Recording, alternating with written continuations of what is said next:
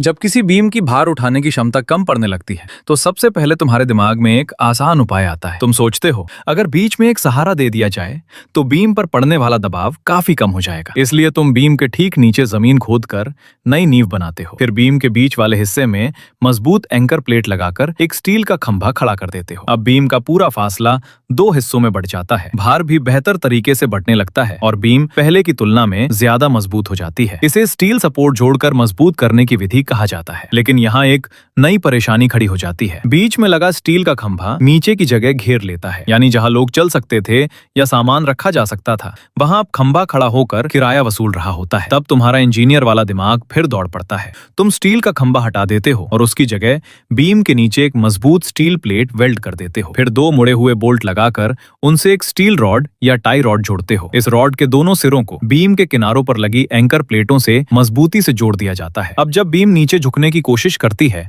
तो ये रॉड तुरंत तन जाती है और उसे नीचे जाने से रोकती है। यानी जहां पहले काम धक्का देकर हो रहा था अब वही काम खींच कर किया जा रहा है। बीम नीचे झुकना चाहती है लेकिन टाई रॉड उसे ऐसे रोक लेती है जैसे माँ बच्चे को सड़क पर भागने से रोक ले। इस तरीके में नीचे कोई खंभा भी नहीं लगता और जगह भी खाली रहती है। इसे इलास्टिक सपोर्ट जोड़कर मजबूत करने की विधि कहा जाता है। तो याद रखो, बीम को मजबूत करने के लिए या तो नीचे से सहारा दिया जाता है या फिर ऊपर नीचे खिंचाव पैदा करके उसे झुकने से रोका जाता है। और बस अब तुम बीम को मजबूत करने की ये दोनों शानदार तकनीकें सीख चुके हो।